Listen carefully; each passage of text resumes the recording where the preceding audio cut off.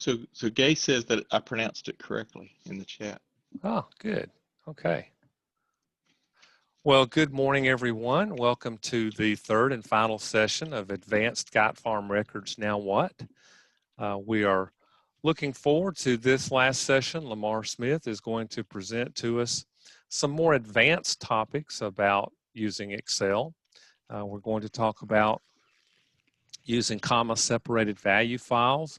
We're going to talk about creating an estimating tool and using the Vlookup function. So if you would, just as a reminder, please complete the survey. The link will be in the chat box. And I wanted to let everyone know that we are recording the session this morning. Lamar, we look forward to hearing about more of these advanced topics.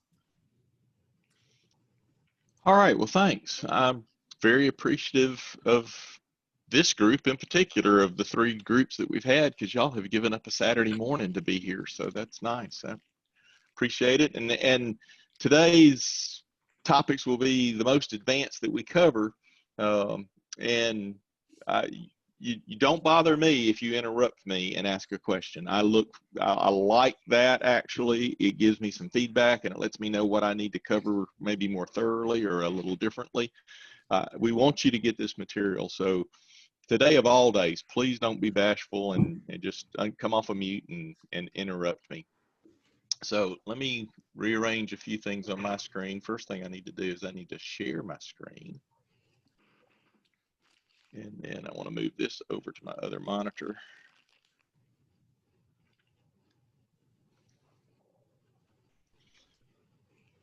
And I want to hide that. Okay, so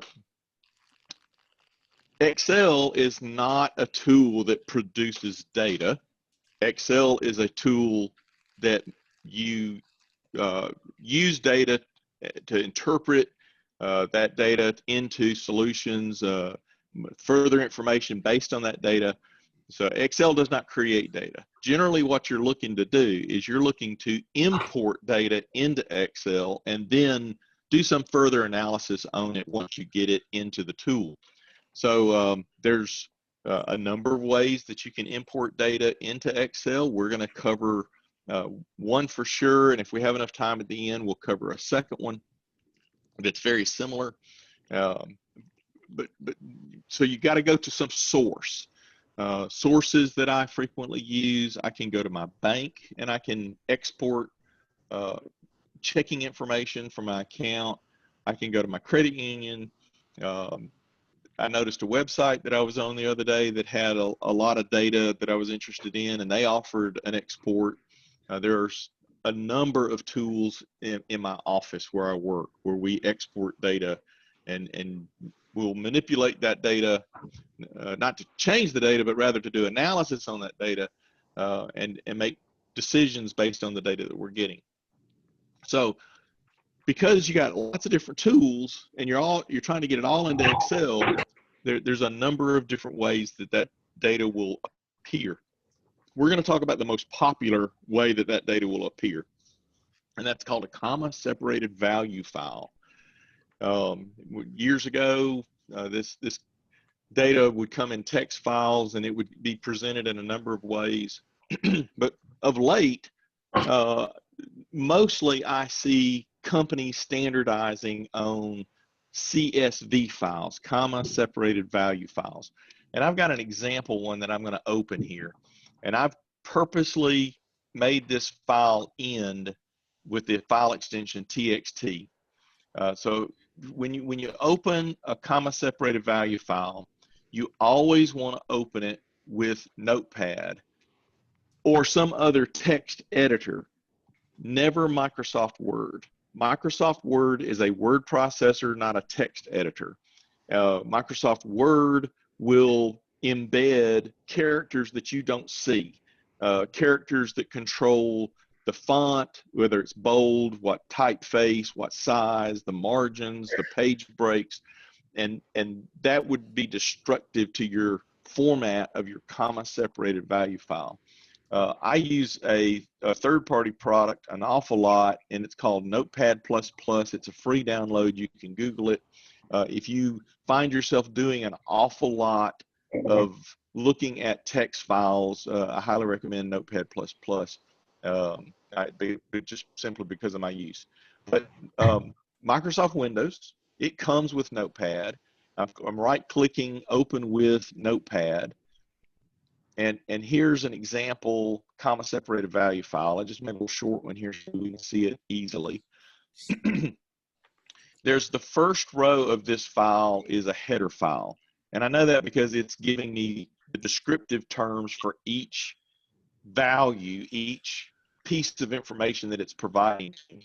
The first piece of information is going to be the first name, and then there's a comma. Then there's the last name, and there's a comma. There's the address, and then a comma, and the city, and a comma, and then the state. So you can see that the values are separated with commas. And so logically, we call this a comma separated value file. So this first record is on the second row, and it's Brian, comma, Gibson, comma, 105 Oak Street, comma, Nashville, comma, Tennessee. Each one of these sections separated by commas will form a column in Excel when we import it into the tool. If this file were not named as it is, and it ended in a .csv at the end, you could just double click on it, Excel would open it, and it would put it all into columns. So Excel understands how to read a comma separated value file without you doing anything. But there are times when you don't want Excel to give you the default results. You want to be in more control, and you want to manage how that information gets imported in. And that's what we're going to walk through this morning, is how to do it manually. So I'm going to close this one, and I'm going to go to a file that was sent to you as a sample file, and it's the Tennessee sales.txt file. And I'm going to open this in Excel, and it's going to create, it's not going to know what to do with it, and it's going to give me the wizard that we'll use to get this opened. So I'm going to make Excel full size here so that we can follow along. I'm clicking on File, Open, and then I have to navigate to where I've stored that file on my PC. So wherever you've stored it, you'll have to navigate to.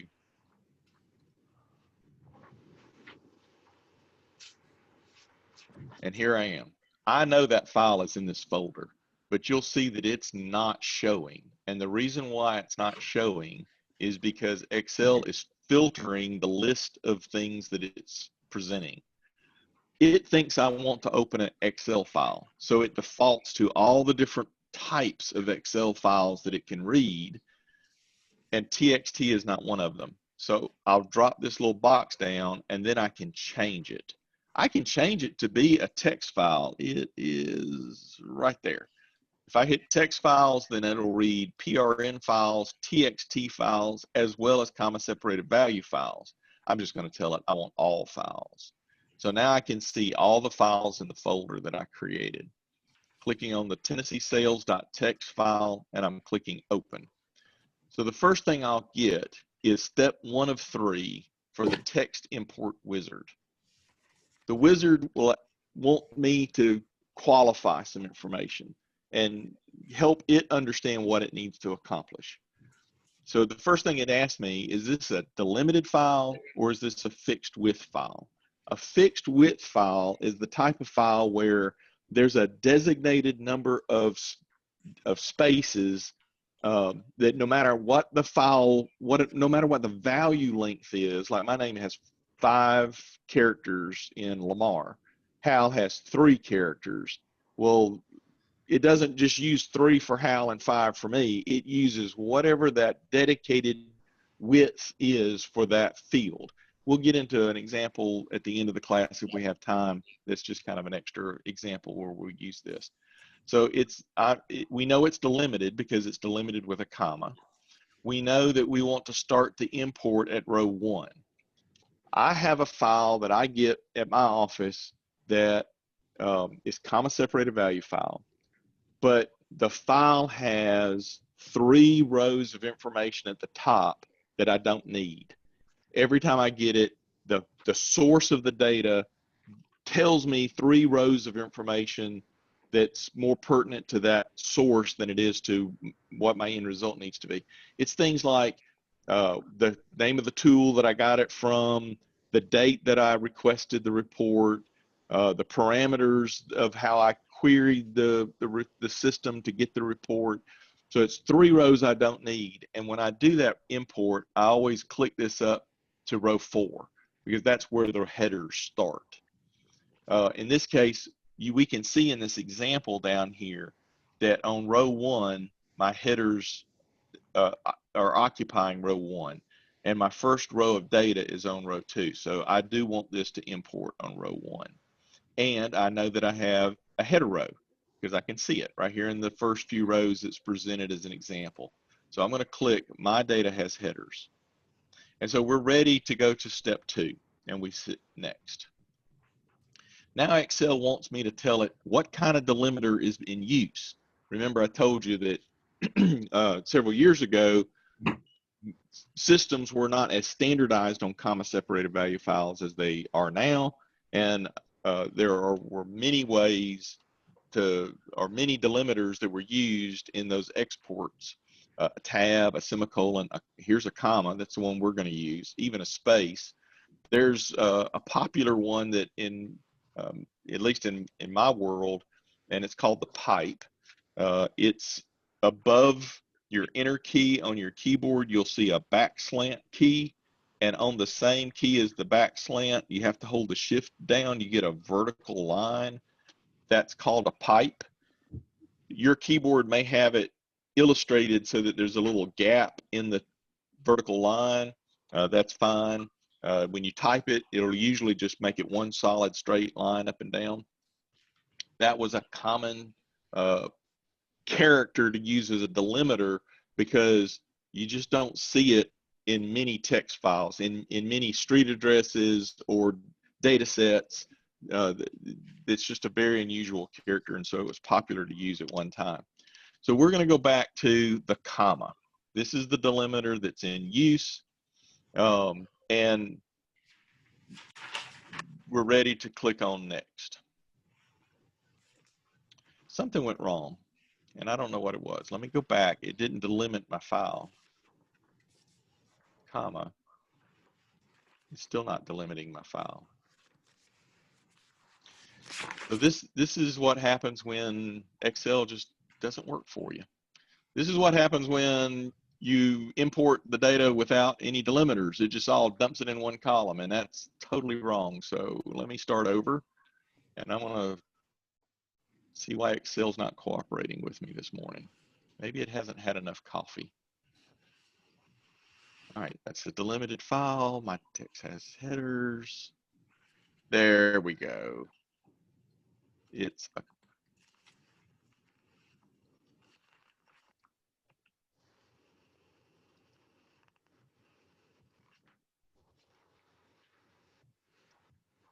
not delimiting it.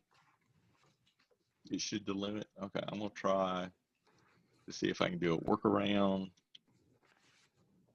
Okay, how? I'm gonna start Excel all over again and see if something goofy's going on with my computer. And if that doesn't work, I'm gonna drop out of the Zoom call for a minute and reboot my computer. That's fine. I had some similar problems when I was trying to do it.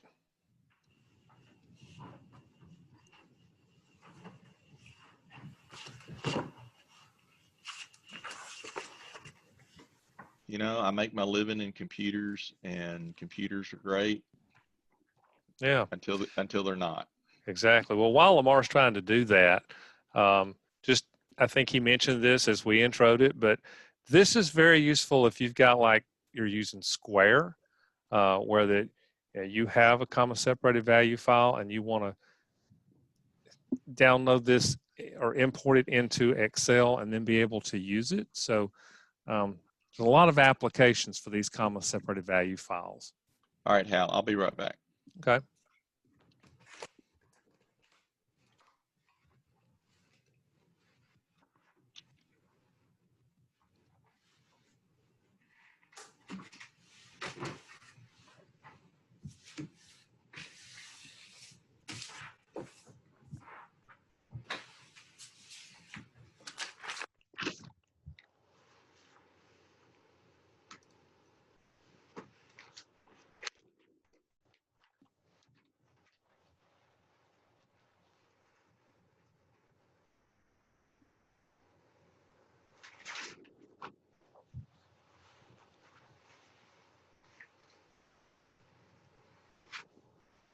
Appreciate everybody's patience.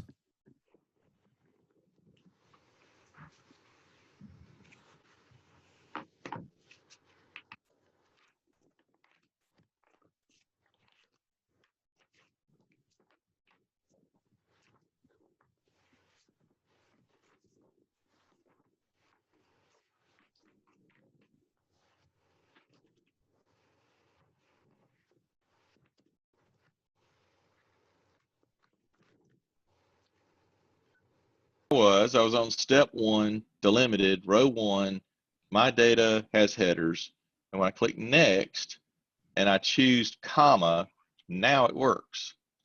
You'll see these division lines appear. That's what I was missing the first time around. These division lines didn't appear. Excel didn't recognize those commas for whatever reason, and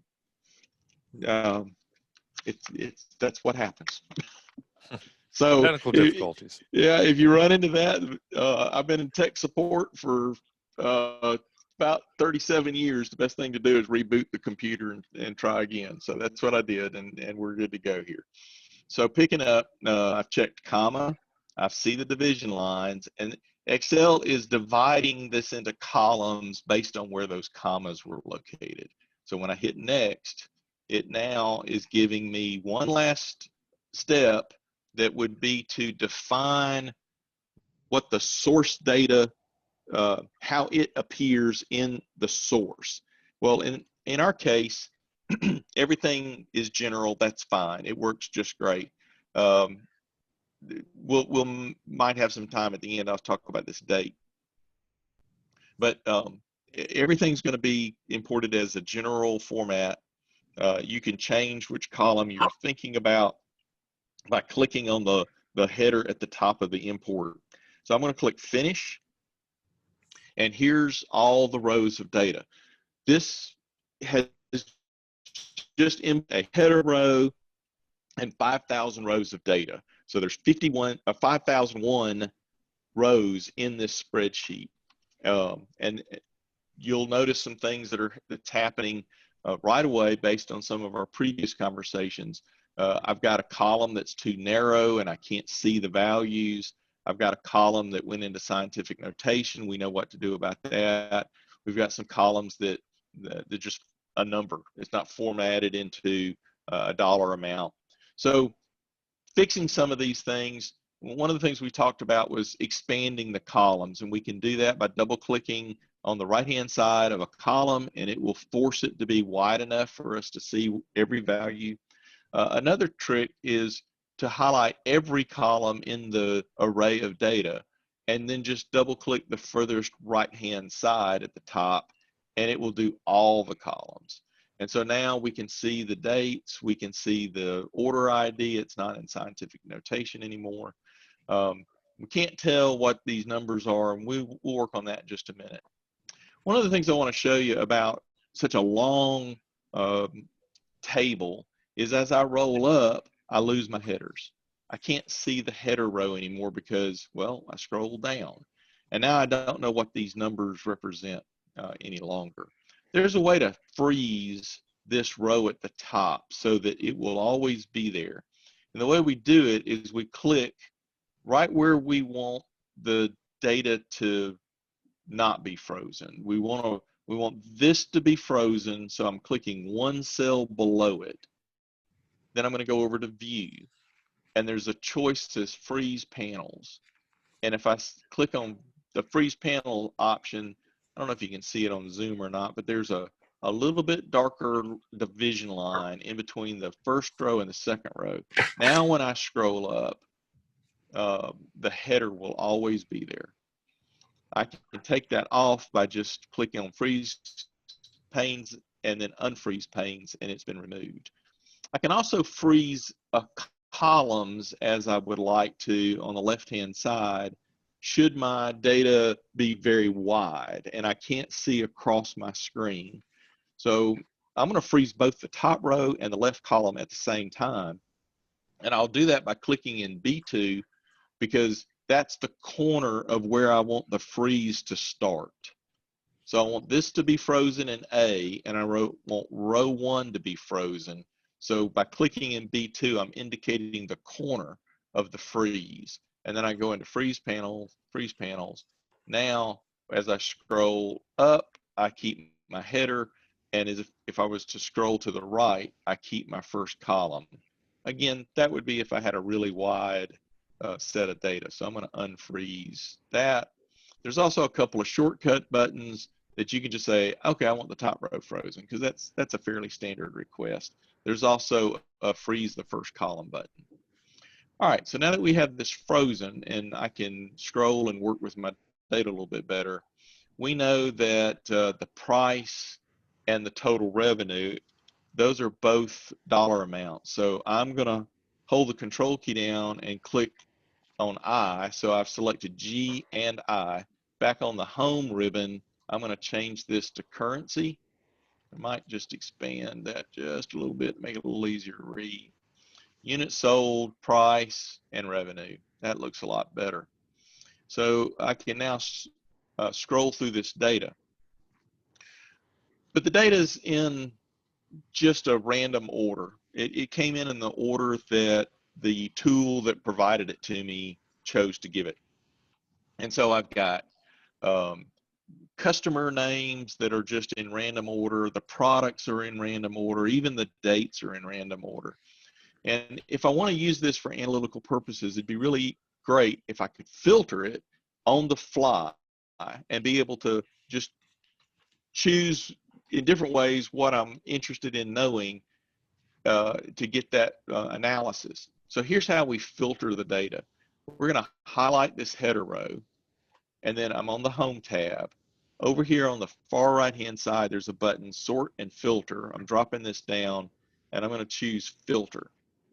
What it did was it gave me drop-down boxes for each one of the labels. Sometimes those drop-down boxes will cover up my label, and I can just drag that out just a little bit and clean that up just enough where I can see better what I'm looking at. So now, if I want to filter, I want to know about all my, here's sweet corn. I want to know about all my sweet corn sales. So I can drop this box down. All of the products available in the list are shown. I deselect everything and then find sweet corn, select it, and now all the sweet corn sales are being shown. I can even go further and say, I want to focus in on a particular customer. Now that I'm down to where my sweet corn's being sold, I want to see a particular customer. I want to know about the Marshall fruit stand and the Wheeler produce stand. And so now I have a list of those sales. Sometimes this type of sorting, well, let me show you, let me turn it off. I'm going to select everything and show you that you can also put things in alphabetical order. Like I could say sort A to Z, and now my products are apples, and then I'm thinking it's cantaloupe next. Yep, there's cantaloupe. And so where this type of sorting will trip you up is because it doesn't do it intelligently.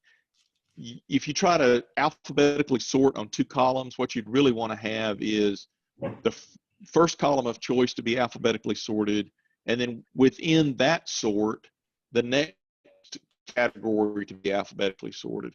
This type of sorting won't do it if you do these choices sequentially. There's another way to do it. I'm going to demonstrate that now. You want to highlight the entire array, and I did that by left clicking on the first and going all the way to the right, and now I've got the whole column. That's pretty easy to do in this case, but there's a hidden button in Excel, and it sits above the 1 label and to the left of the A label. It's this, it doesn't even highlight. It's that little corner right there. And if you click in that corner, it will highlight the whole spreadsheet. So now that I've got it all highlighted, I'm going to go back to the sort and filter button, and I'm going to do a custom sort. This is a very powerful sorting tool. You can use these different controls and get very accurate sorts. So it's checked. My data has headers. So the first thing I want to sort by is I want to sort by the sales location. And then I want to add a level for my sort. And see how it even says then by? So it's going to sort by the sales location. Then within sales location, what do I want to sort by? Well, I want to sort by the product.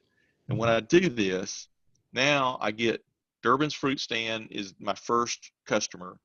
And then when I scroll on down, then you see apples are first, and then cantaloupe is next, and then okra is next. So it's very orderly sorted the data so that I can focus on which one I want to see alphabetically.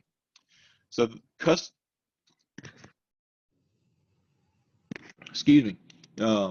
sort is a very powerful way of sorting this data. Now I'm going to undo that because I want to show you something else. So what I want to start doing is doing some analysis on these sales.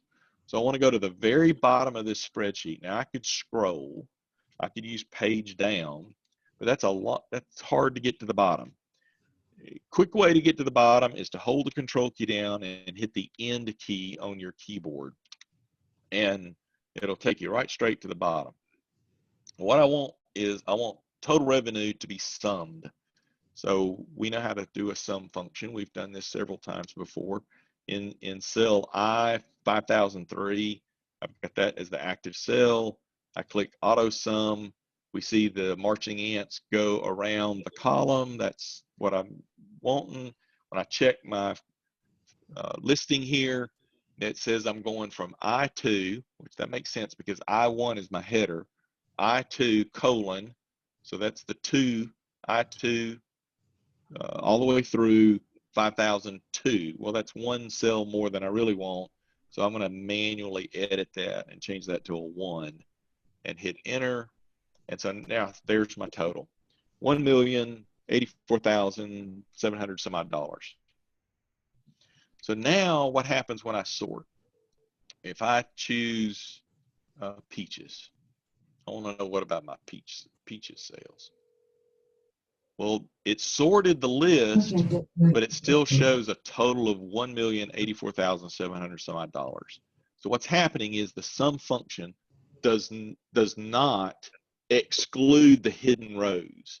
It's still factoring those into my total. So there's a different function that we want to demonstrate, and I'm going to reselect everything. I'm going to go back down to the bottom, and I'm going to take this sum out. So you might be familiar with a subtotal that you might see on like a 10-key calculator. The subtotal key, I'm not through with my list of numbers that I want to add up. I just want to get a total where I am so far. So you hit subtotal, and then you can continue adding numbers. Well, in Excel, the subtotal function works very similarly.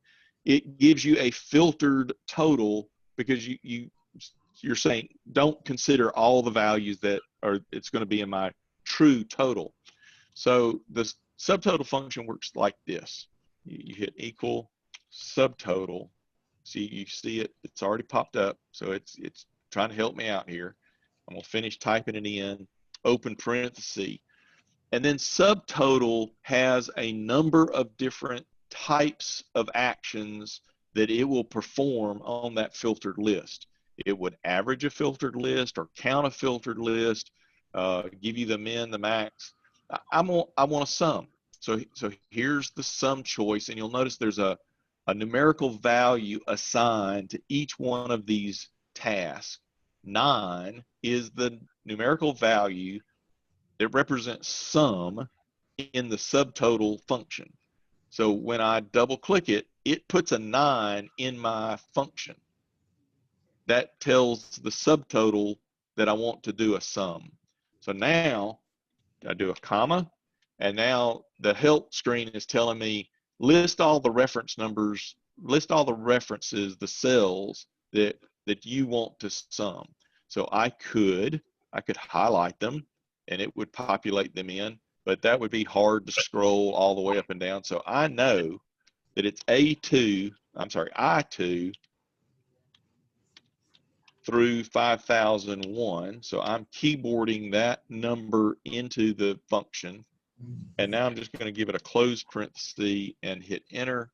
And with an unfiltered list, I get the same total that I got before, $1,084,700 and some odd dollars. But now when I filter my list and I say, what were my peach sales? I have $14,054.30. And that's for many different years that's in my data set that I'm looking at.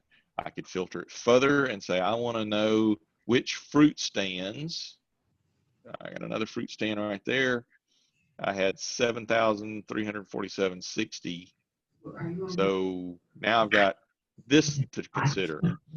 I'm going to take the sales locations off and demonstrate how the date works. Date gives us quite a bit to choose from. We can choose a year. There's plus signs next to each one of the dates that we can expand. So if I was interested in specific information in 2016, I could hit the plus sign. And I've got months of sales for peaches across 2016. So I could say all of July. You have peaches in July, but I don't think you have peaches in December, but this is fictitious data. So bear with us on our illustration here. I'm looking, there's a month. In August, I had different sales on different dates. And so I could say, I just want to have these dates under consideration and hit OK. And I've got 3 rows selected for total sales of $239.20. Any questions so far about filtering, how I did the subtotal function, just any question that you might have at all?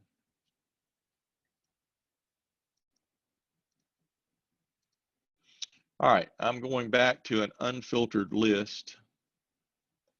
So I see that all my drop downs are arrows, so I know I'm back to an unfiltered list. Here's another way you can filter. You can use a keyword to filter by, and you do that with the text filters. I have a number of Scooby Subs locations that we're selling to. And if I do a drop-down box, it's easy enough for me to make 4 selections. I'm just going to select these 4, and I've got all the Scooby Subs locations. But if there were 50, then I would have to click 50 times to get all of those selected. And so because there's a common name, we could sort based on that name by doing the drop-down box, text filters, and it either equals a specific name, it does not equal a specific word, maybe it just begins with a word, ends with a word. In this case, I'm going to say it contains subs.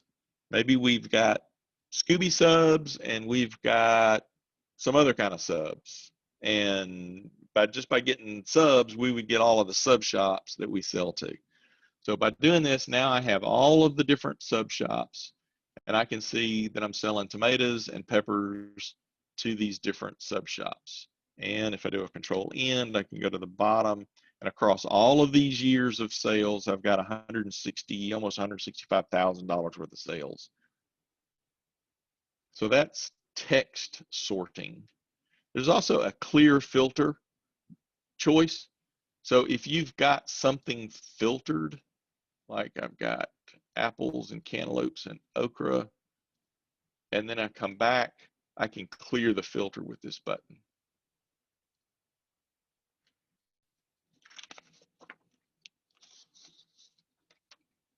Looking at my notes and making sure that I've covered everything that we meant to cover in that section, and we did.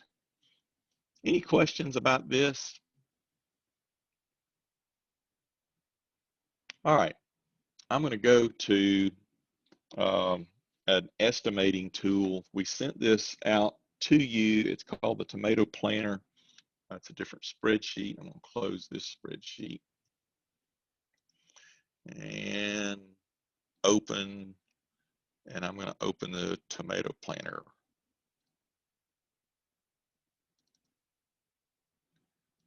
Here's the tomato planner spreadsheet. There's several different things that we're going to illustrate by using this pre-prepared sheet. One is how we can work through multiple tabs and consolidate information that's on multiple tabs. And there's a number of functions that we're going to use here, and kind of how do I think through the process. I know what I want to achieve, but I don't know exactly how to get there, and kind of how I go about that thought process. So to illustrate what we've got set up here is I've got a planner tab, and this is going to consolidate all the information in one place. And we'll come back to this tab. And then I have 1, 2, 3, 4, 5 tabs that represent different things that I would need to buy for my tomato operation. In real life, there's going to be a lot more than 5. There are probably 20 different things I might have to buy. But for the class, I don't want to go through 20 different things. So we're just going to go through these 5 to kind of show you how it works. And so I've created 5 tabs, and every one of them is formatted almost identical in terms of the layout, no matter what I'm dealing with. So under the plants tab, I'm surveyed 4 different sources, and I found out that when I buy plants, I'm going to have to buy the plants in lots of 100. And here's the different prices that I gathered for plants. When I buy plant starter, I've surveyed 4 places, found out it comes in 25-pound bags. Here's my price for each. And I've already stuck the average price in here. We'll get to that. 4 places for potassium nitrate, 50-pound bags, and here's the prices for those. Black plastic comes in a roll. It's 4,000 feet long. I can buy 1 roll, and here's the price for 4 places for the plastic. Drip line comes in a 1,000-foot roll. I can buy 1 roll, and here's 3 places where I can get it. So now what do we do with this information? Well, for planning purposes, I'm trying to come up with what kind of cost might I expect for the tomato plants. And so I want to take an average.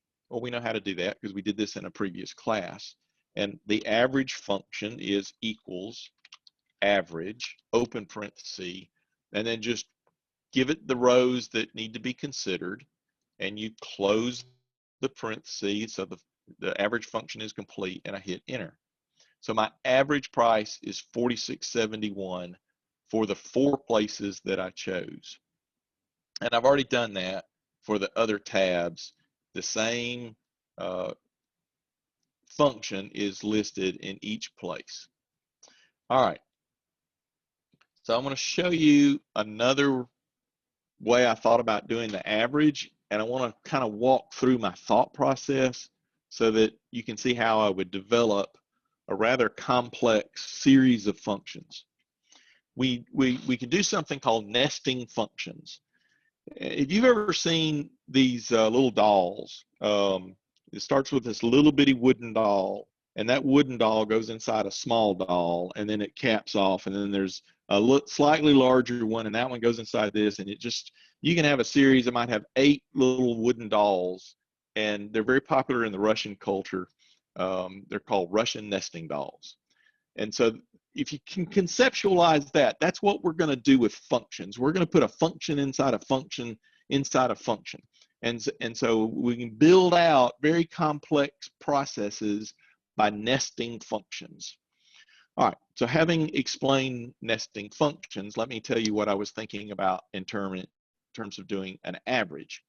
It's not uncommon when you're trying to do an estimate to discard or discount whatever your lowest estimate is or your lowest price in your estimate so that you're skewing your numbers a little high.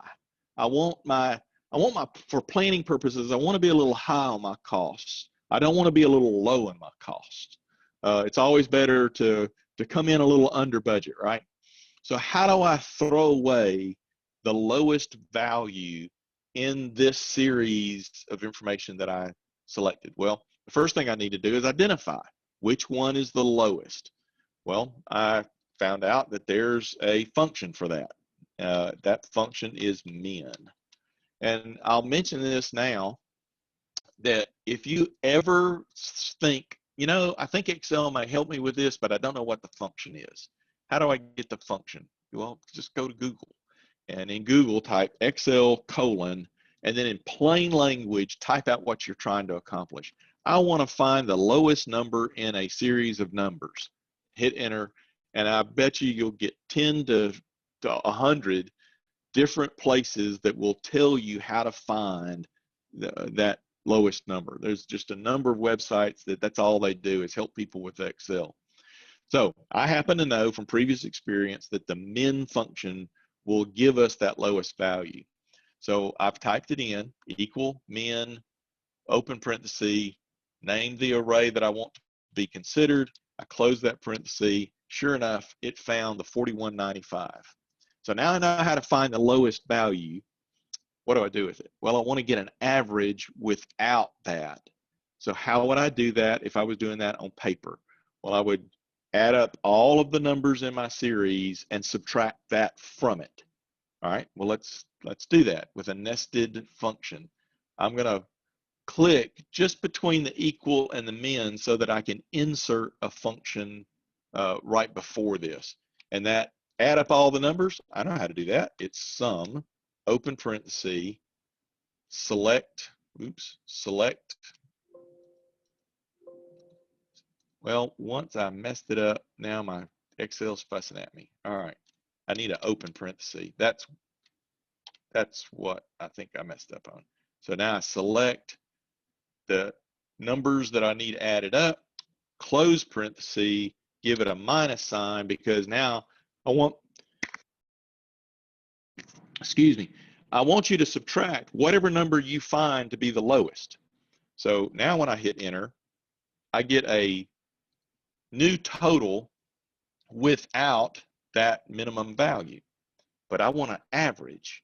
So how do I get an average? Well, I need to count all of the numbers that I've totaled up and subtract one so that I get one less, right?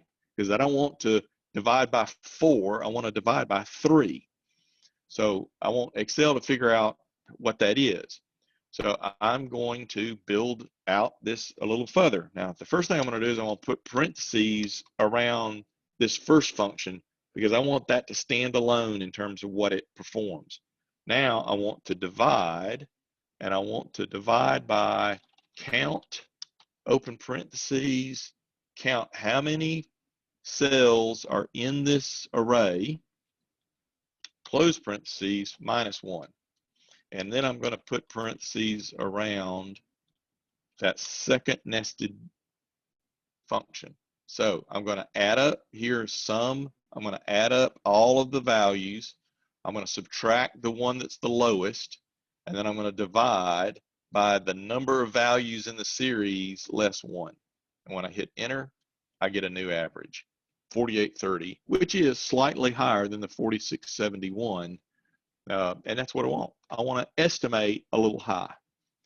So that's a very complex nested series of functions. I use 3 different functions and 1 inserted math symbol. And that's the way I would think through it to get to where I want to be. I guarantee you that if you called me up and said, Lamar, give me the formula, give me the string series so that I could do this, I would say, I don't know what it is, but I can figure it out, and that's the way I would figure it out. I would also probably have to Google some things. All right, so we have created our average cost for the 5 things that we want to use in our, well, let me stop. Is there any questions about how I developed that nested function?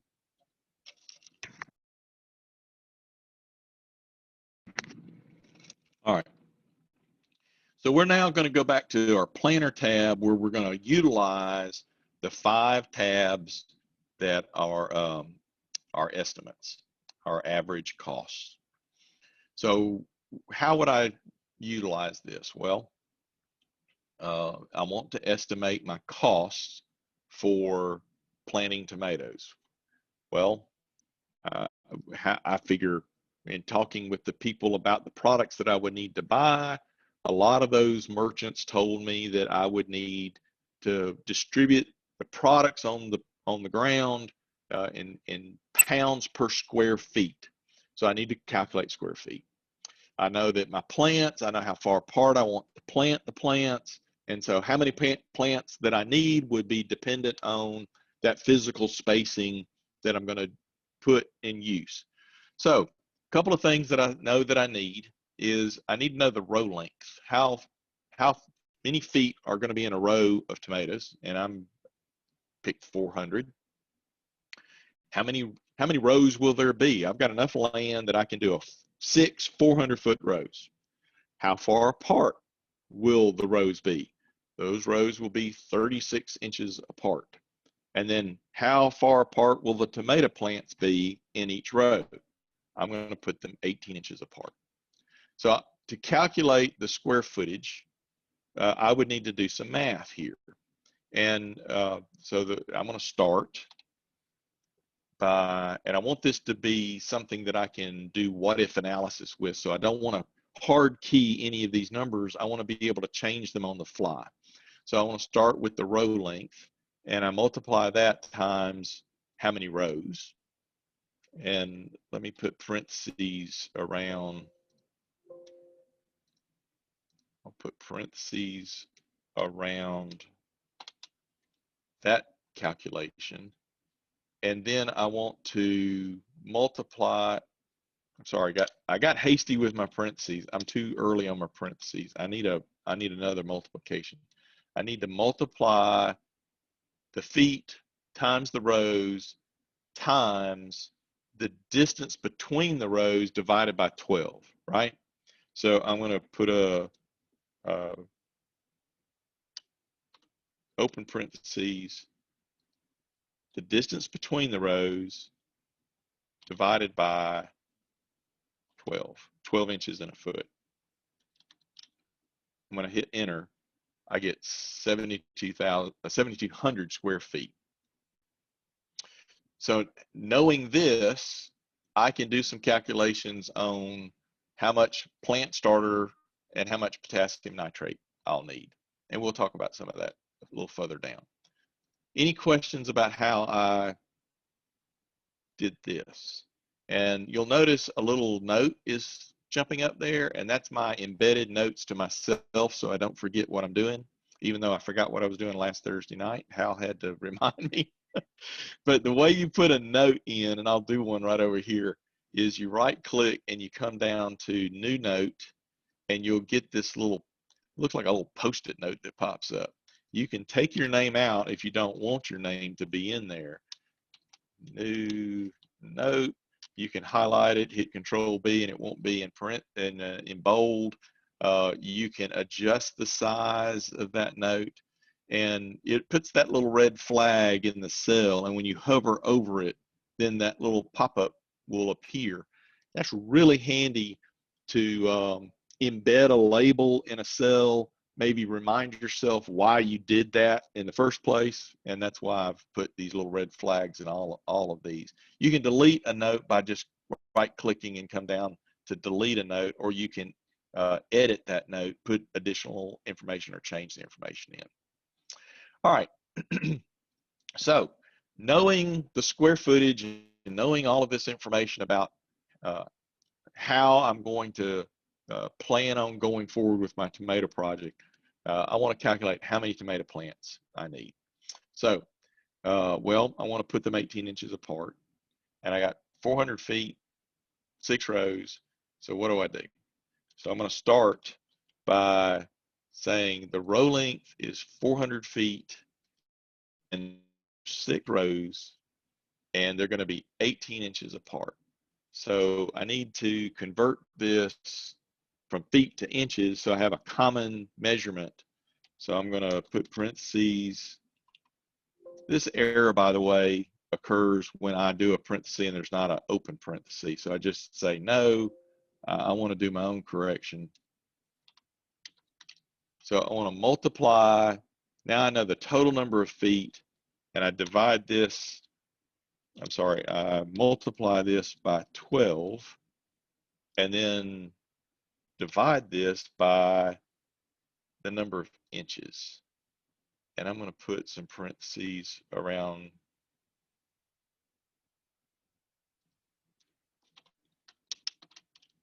I think I'm going about this differently than I did before, but I think the end result will be the same. So the number of feet times the number of rows times, okay, I got that backwards right there. Let me fix this. It's the it's divided by inches times 12.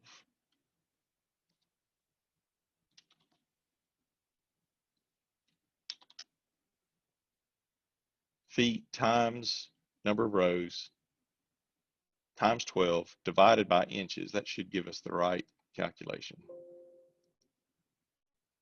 So this is saying 1,600 plants. So what did I do before? I did the number of feet times 12 to get into inches, divided by the number of inches apart, times the rows. Yeah, I've ended up in the same place.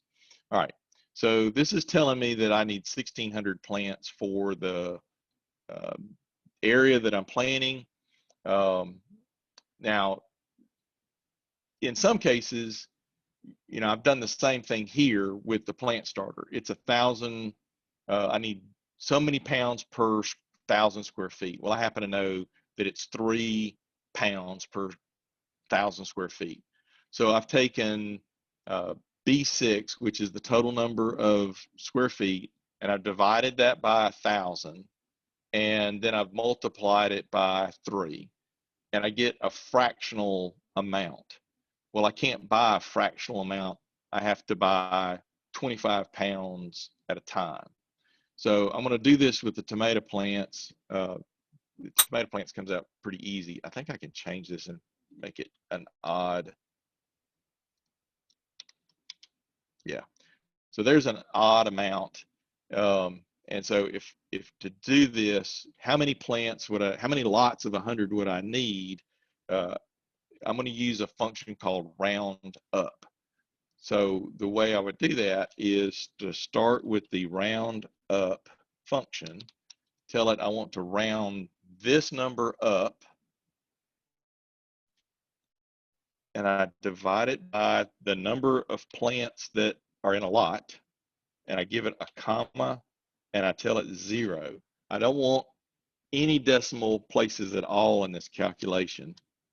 So now I know that I have to buy 17 lots of 100 to get the 1,640 plants required. Well, that's going to waste quite a few plants. And so that would help me here in maybe making an adjustment so that I don't have any waste. Plant starter, so I've done the same thing here.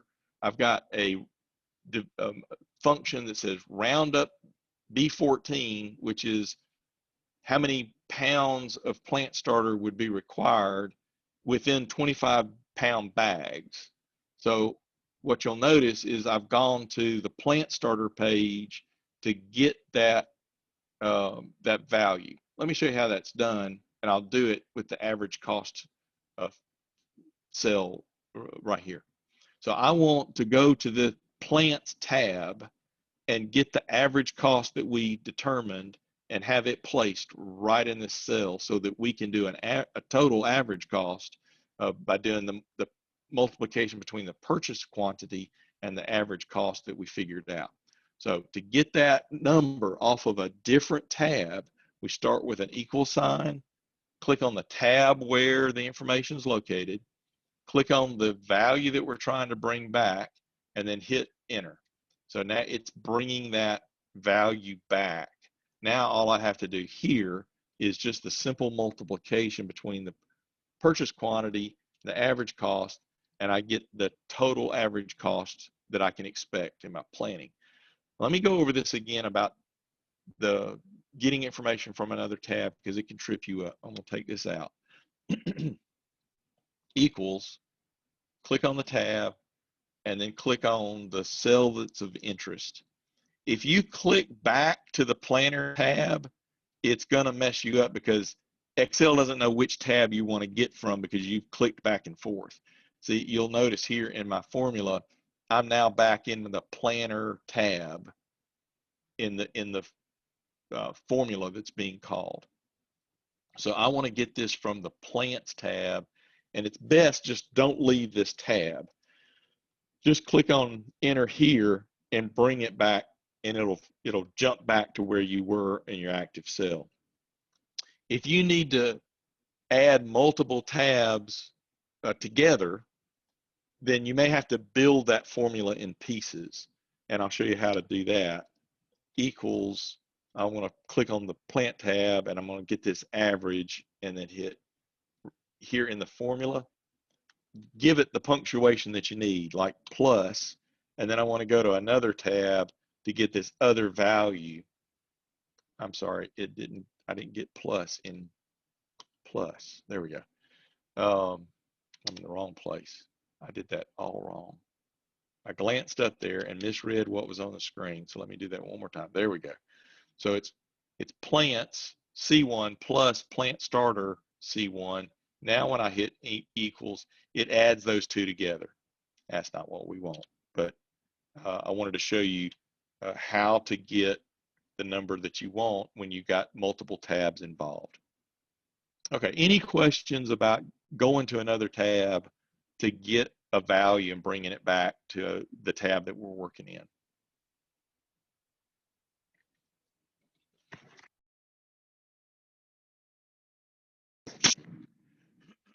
Okay, so I have completed this so that we didn't have to build this every line in the class. And I've used the roundup function on potassium nitrate and the black plastic.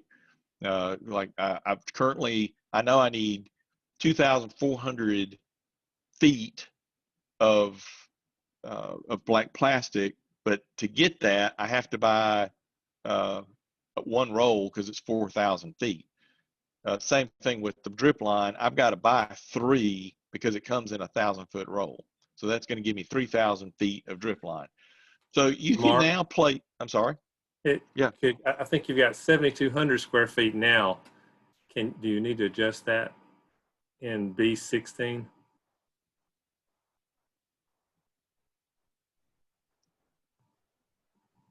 Yeah, 2,400 there, but is that okay?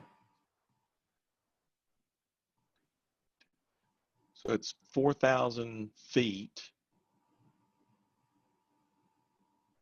It's 400 feet times B3.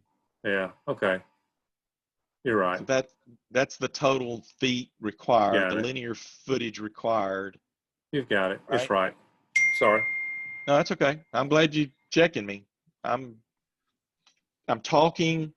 I'm trying to work through Excel, trying to remember what we're going to do. So I appreciate you checking. Yeah, we need 2,400 linear feet, but it comes in a 4,000-foot roll. Same thing with drip line. It comes in a 1,000-foot roll, so I have to buy 3 rolls to get the linear feet required. So I can now play some games with this. What if it would be better to do 250 feet? That would only be 2 rolls. Maybe I'm not wasting as much. You can look at your cost, your estimated cost.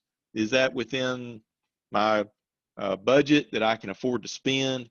You can also do some calculations on your revenue that you know you're planning on using 4,500 square feet. And if you think, oh, I can produce 3 pounds of tomatoes per square foot and I could sell it for $2 a pound, well, then I can do some calculations. I can say 4,000 feet times 3 pounds per square foot times $2. That would give me 27. Yeah, I did that right. That would give me $27,000 in revenue. And again, I've only got 5 cost items, so there'd probably be 20 cost items. So our cost would be a lot higher. but you could subtract your estimated cost from your expenses to see what your estimated gross revenue would be. And maybe you think, you start getting into the season and you think, the plants aren't producing what I thought that they would produce, so I'm not going to get 3 pounds. I think I'm only going to get 2 pounds. Then you could go back to this and revise your estimate to see how you might fare.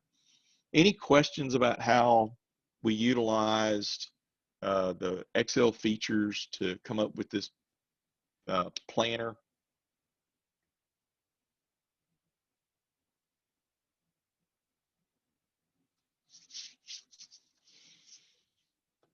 Okay, I'm not hearing anything. Hal, you're looking at chat. I'm not. Is there anything in chat? Yeah, there's nothing in the chat. Okay. All right, I'm going to move on to another thing that was requested, and that was Vlookup. A lot of people want to know about Vlookup. So I'm going to go back to our original document, which was the Excel class Tennessee file. And I've got 2 tabs at the end here, which we're going to use to illustrate how Vlookup works. Vlookup's very powerful. It has helped me in countless ways. I can tell you several different stories that I won't bore you with today about what I did with Vlookup that was really slick. So here's how it works. I've got a table with my 4 employees. Everybody has an employee number. I know their name and I know their hourly rate.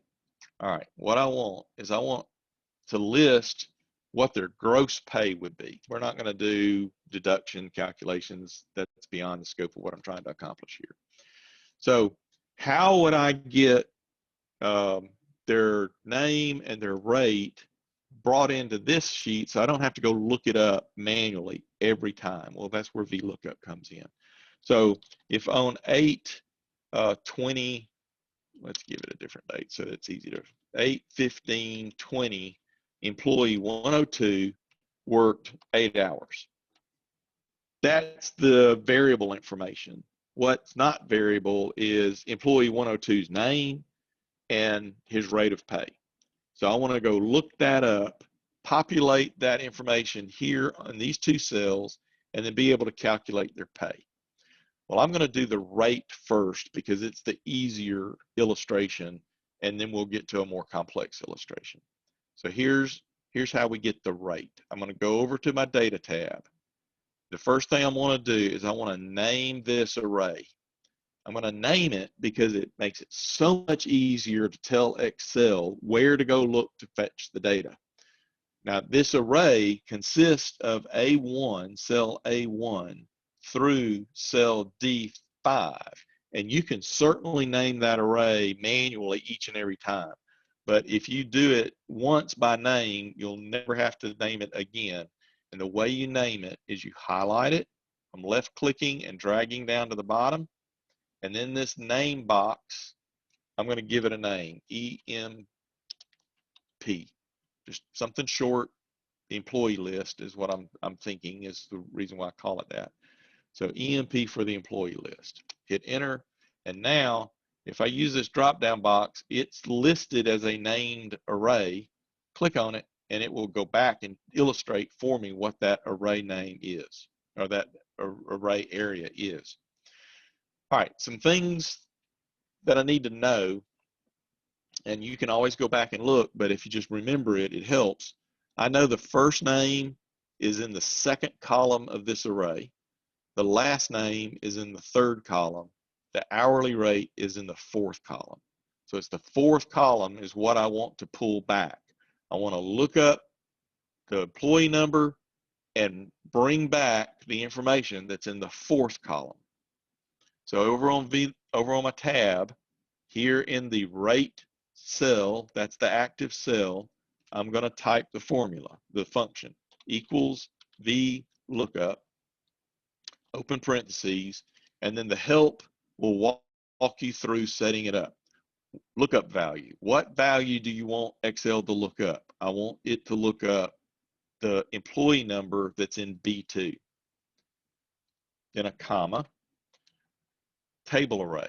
Where do you want me to look this up? Well, like I said, you could go and click on this data tab and then put A1 through D5 in, but that's tedious. I would rather just name it, EM, and as I type it, that table, that array, it pops up. Excel is reminding me this is what you named it, and I can just double click that. So now the table array is in the function, comma, column index number. It's asking what column do you want me to go get that information from? Well, I want it out of column 4. So I tell it 4 and then a comma.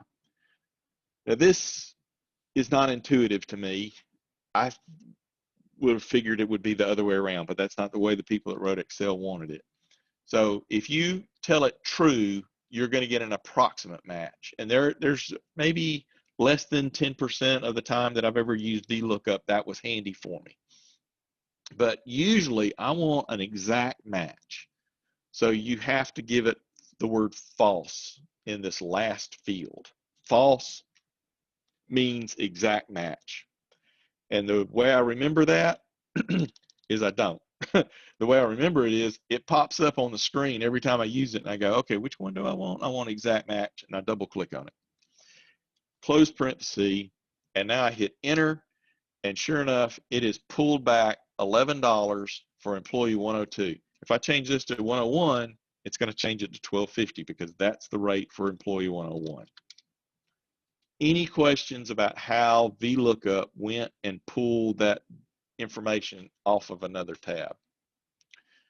I will tell you that VLOOKUP does not work in multiple workbooks. You can't go into another workbook and get something and bring it back. It all has to be in this workbook. It can be on a different tab, but it has to be in this workbook.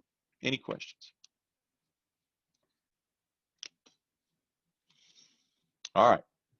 Since you've mastered that, I'm going to give you a little bit more complex one here on name. When the name goes into this field, I want the name to read in just one string. I don't want to have a first name field and I just want the name to be there. So how do I merge that information together? I want to append one piece of information to another piece of information. So we can use VLOOKUP to go get the information, but then I'm going to show you how to append the information in a long string.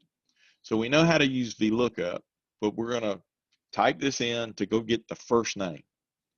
Equals VLOOKUP, open parenthesis. I want to look up the value that's here in B2, comma, EMP is my table name. I want the person's first name that's in column 2. So I'd say 2, false. And if I close the parenthesis just to test my results, yep, I'm getting Fred. Great. Now I want to put a space, and then I want to go get his last name. So you can't use the plus sign because plus means add. You can't add a space to Fred. That's a math command. We want an append command. And append is the ampersand. Ampersand means just tack this on to the end of this string. So I'm going to give it an ampersand, and any information that I keyboard into this, I have to put quotation marks around it so it understands that this is fixed information that I'm keyboarding in. So I gave it a quote, quote, space, and another quote. So quotes around a space so that it puts a space in. And then I give it another ampersand because I want to, again, append a third piece of information onto the back end of this string that we're building. We have the first name, a space, and now we want the last name. So we do VLOOKUP again. We're getting good at this by now because we've done it a lot. Comma, EMP is my table name, comma. Now I want the value that's in the third column, so I give it a 3, comma, false, close parenthesis, and I hit enter, and I get the string that's his first name, a space, and his last name. Any questions about how I did that?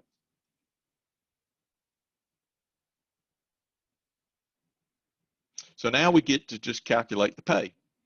And to calculate the pay, we're just going to simply take the number of hours worked times the rate, enter, and I have already formatted that cell as a number, so it's giving me 2 decimal places.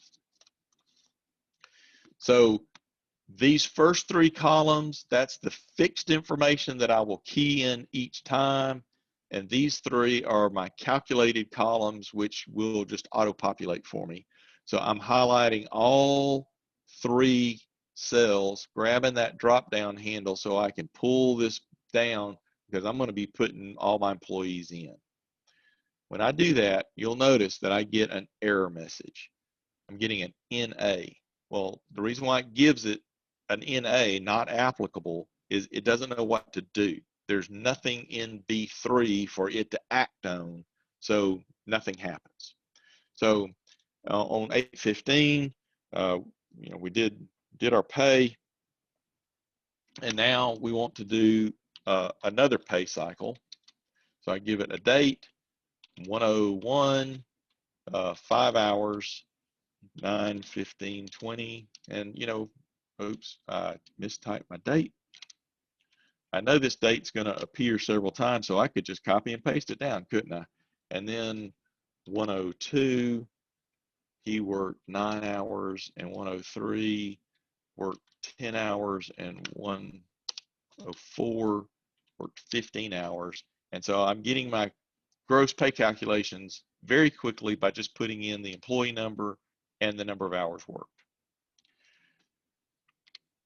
So if one of these individuals was just an absolutely great worker, and they wanted you wanted to reward them and give them a raise, you know, all we've got to do is go over here to the data table,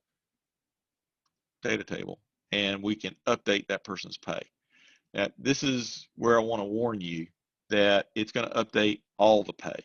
So if on the August pay cycle, that was correct. Fred should have gotten $11 an hour. But in the September pay cycle, that's when his raise took effect. Watch what happens if I go over here and I enter that 25-cent raise. When I go back over to VLOOKUP, that got applied to the August pay cycle, and that's not correct. So what you would want to do in this case, let me put it back where it was. What you would want to do in this case is you would want to stop this from updating by taking the formula out. Remember in, I think it was the second class, we talked about paste special. So I'm going to copy this, and then I'm going to use values. And by doing that, now that $11, his name, $11, that's not formula anymore. That's fixed information that's set into the spreadsheet. Now I can go over to data, and I can update my records and come back over. And Fred on the September pay cycle, he is receiving that increase in pay, but the August pay cycle is not changing. Any questions about how that worked? Any questions about VLOOKUP in particular?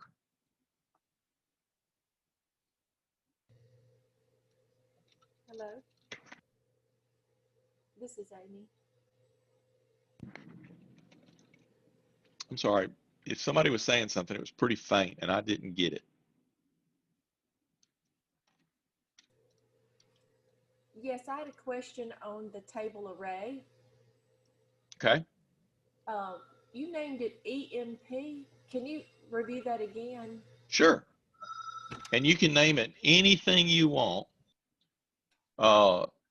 You select the area that needs to be named. You come up here to the name box and you type, I'm going to give it a different name. I'm going to name it Lamar, and hit enter. And so now there's 2 tables, one named EMP and one named Lamar. They're identical. But that's how you name the table. And then by naming it, when I get into my formula, I don't have to give it the cell references of where it starts and stops. All I got to do is type that name in, and Excel knows the array size and location. Does that help? Yes, it does. Thank you. You bet. Anything else?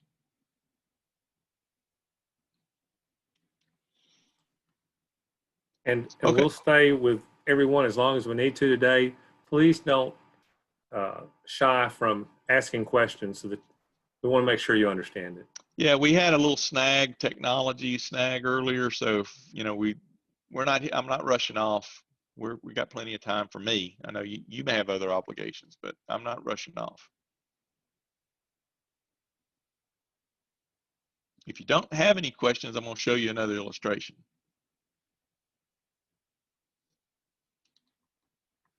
All right, here is another student in a different class sent us this. And it was a problem he was having, and he gave us permission to use it as an illustration. This is water pressure, water flow rates in terms of PSI that he receives from a company. And when it's sent to him, it's sent in a comma-separated value file. You see the commas, but the date and the time are in one field, and the date is in an odd order for us. It's not in month, date, year. It's in date. That first 20 is the date, 09 is the month, and 20 is the year. So how do we get this into Excel and get it in a format that we can use? So to do that, that's why I went over that manual importing process. So I'm going to open that example.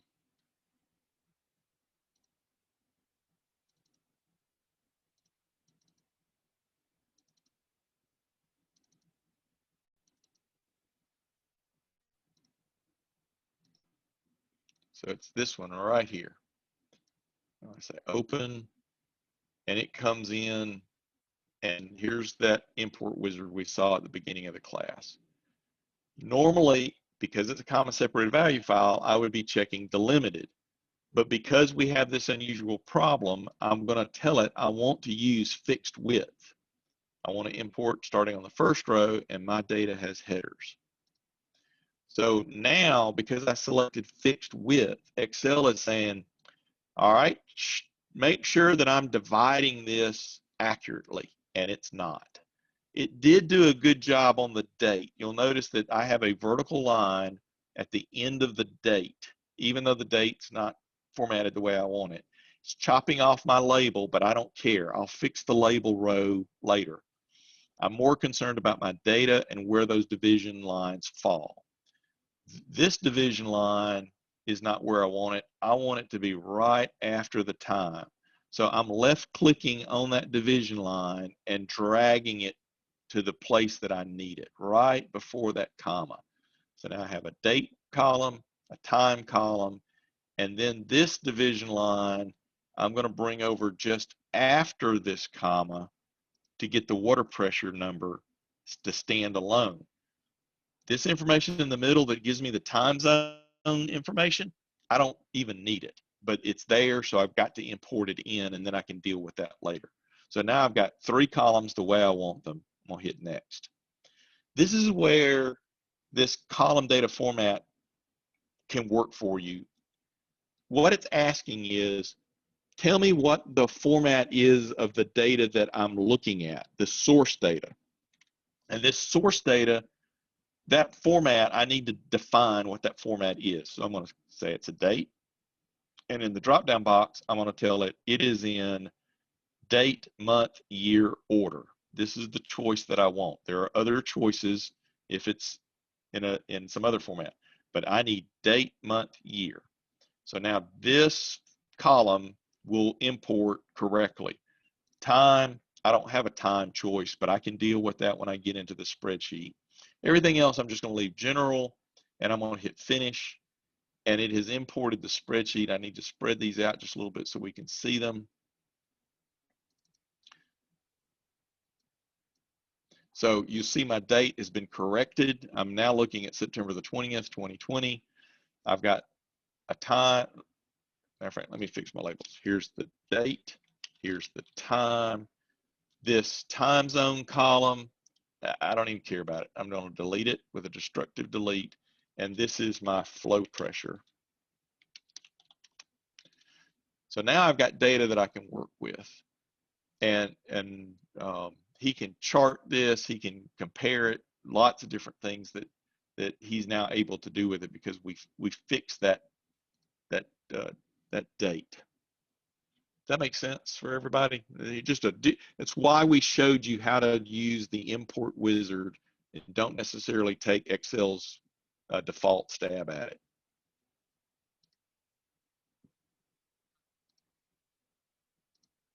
All right. One other thing I thought is handy, I'm not hearing any questions, so I'm just going to talk for a minute, is often I need to do the same thing on multiple tabs and then get a summary at the end. So you can add tabs by hitting this little plus symbol way down here at the bottom. And I'm just going to add some tabs. And this is kind of a silly illustration, but it will serve the purpose of showing how you can work in multiple tabs at the same time.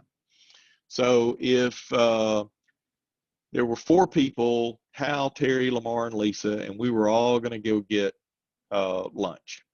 And I'm going to be the one to go get the lunch.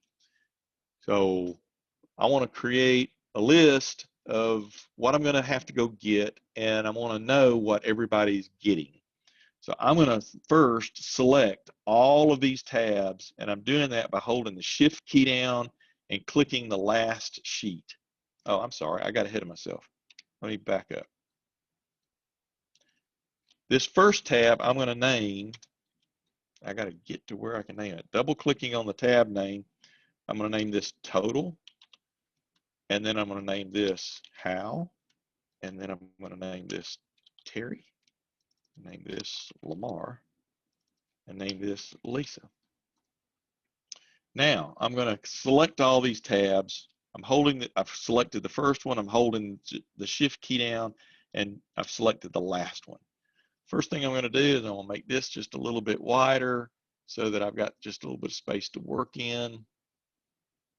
And I'm going to put, what are the food choices? Well, you can get a hamburger, you can get a cheeseburger, you can get a salad, you can get a Coke, you can get a Diet Coke. And I know that the hamburger is $2 and the cheeseburger is $3 and the salad is, it's $5 and the drinks are $1.50. And then I'm going to click this and tell it that this needs to be currency, and this is going to be the quantity, and this is going to be the total.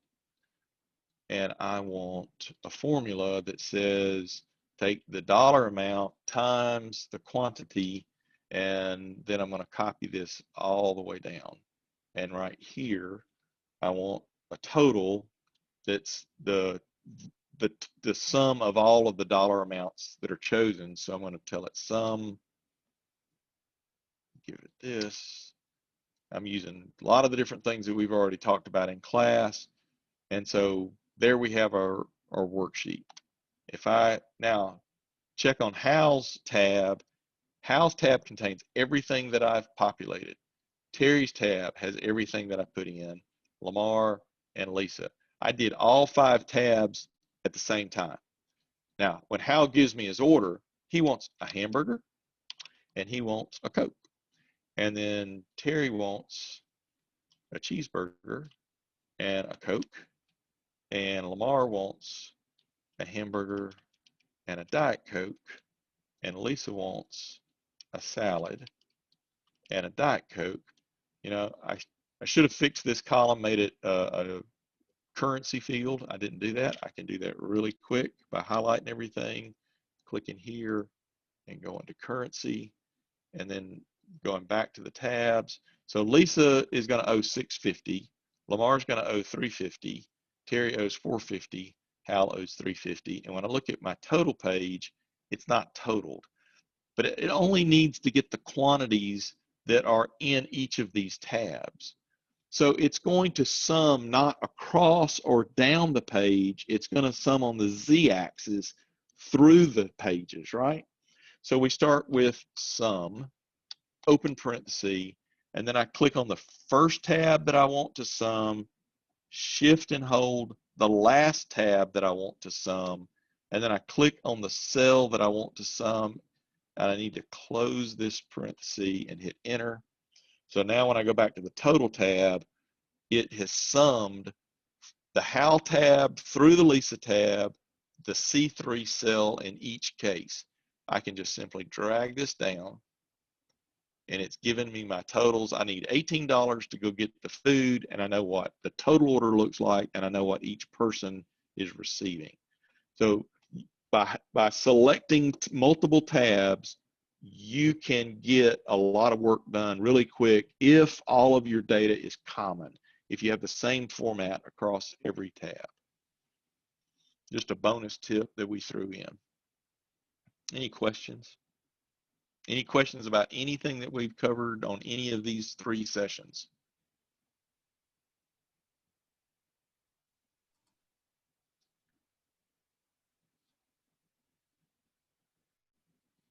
Well, I appreciate everybody giving up a few hours on their Saturday morning, and I hope this has all been helpful for you. Good job, Lamar. Thanks for all of that.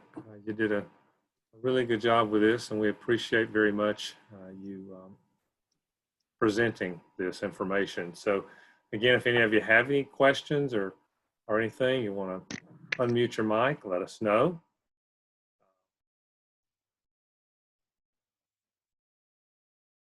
I'll be around until everyone's signed off. So if you would, please complete the evaluation that's in the chat box, the link to that. And we will stop the recording.